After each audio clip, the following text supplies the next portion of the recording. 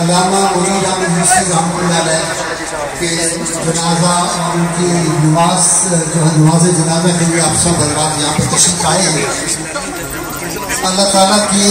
نیک بندوں کی نماز جنازہ میں ہم اس لیے نہیں شریک ہوتے کہ ان کی بخشش کی دعا کریں، بلکہ یہاں جو لوگ ہیں یہ اپنی بخشش کے لیے ہمیں آئے ہیں، اور وہ حدیث پاک کے مطابق اگر 40 صحابی ہو تو ان میں کوئی ایک ولی اللہ ہوتا ہے، تو یہاں تو یقیناً سینکڑوں کی تعداد میں اولیاء اللہ بھی موجود ہیں، مشائخ اعظام ہیں، علماء کرام ہیں، صالحین ہیں،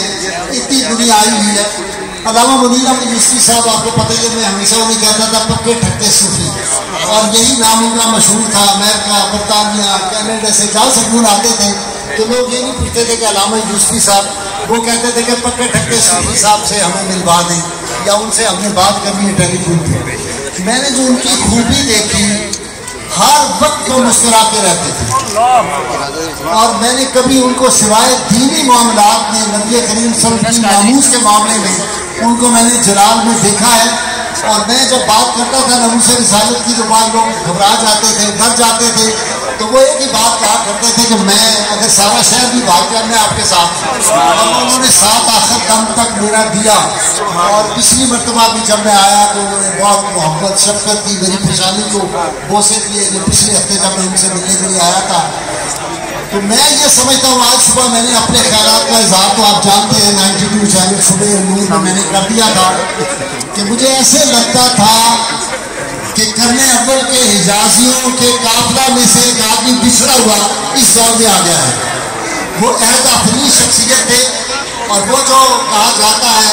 کہ ایک عالم کی موت جو ہے وہ ایک عہد کی موت ہوتی ہے، تو یہ عہد آفرین شخصیت تھے۔ اللہ تعالیٰ نے انہیں بے پناہ خوبیوں سے نوازا تھا۔ وہ تقریر کے میدان کے بھی شاہ سوار تھے، تحریر کے میدان میں بھی، اور میں نے ان کو کوئی زندگی میں چھوٹے سے چھوٹا عمل نہیں دیکھا جو ان کا سنت مصطفیٰ صلی اللہ علیہ وسلم کے خلاف ہو۔ یہاں تک تھا کہ ایک بڑی عام شخصیت کے پاس ہم بیٹھے ہوئے تھے تو وہ کوئی چیز پکڑانے لگے تو انہوں نے بائیں ہاتھ سے پکڑائی، تو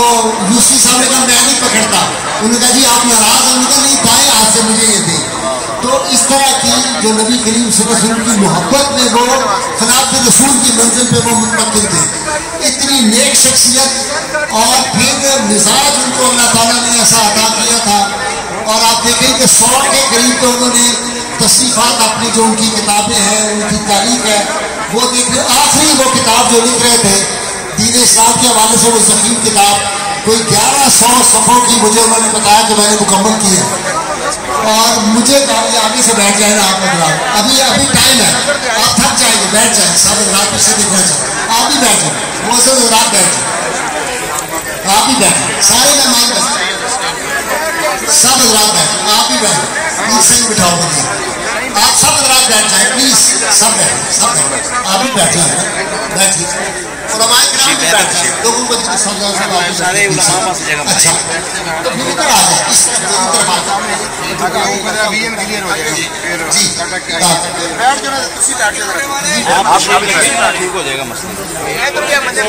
حضرات گرامی، یہ آپ کی میری ہم سب کی سعادت ہے۔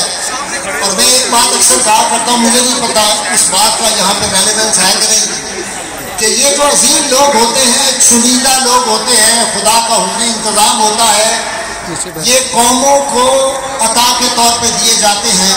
اور بعض اوقات جو قومیں قدر نہیں کرتی وہ ان سے ڈرا کرنی واپس لے لیے جاتے ہیں سزا کے طور پہ۔ علامہ منیر احمد یوسفی کو میں نے صبح کہا کہ میرا جی چاہتا ہے کہ بابا جی کا سینڈ آف جس طرح بھیجتے ہیں وہ بھی کیسے۔ میں ان کو کبھی کبھی مذاق سے کہتا تھا، وہ کہتے تھے کہ بس زندگی کا پتہ نہیں، اب آخری بس دن ہے، تو میں کہتا نہیں آپ کی 150 سال عمر ہونی، آپ ایسی بات کیوں کہتے ہیں؟ تو کہتے میرے لیے دعا کریں۔ تو میں ایک بات ان سے کہتا تھا کہ انشاءاللہ آپ جب قبر میں جائیں گے تو آپ کو تو وہاں پہ پروٹوکول ملنا ہے، فرشتوں نے آپ کو ویلکم کہنا ہے، خوش آمدید کہنا ہے۔ یہ ان لوگوں میں سے اللہ تعالیٰ ان کے درجات کو بلند کرے، اور ان کو سیدنا غوث اعظم کا، سیدنا ابو الحسن قادری کا ساتھ نصیب کرے۔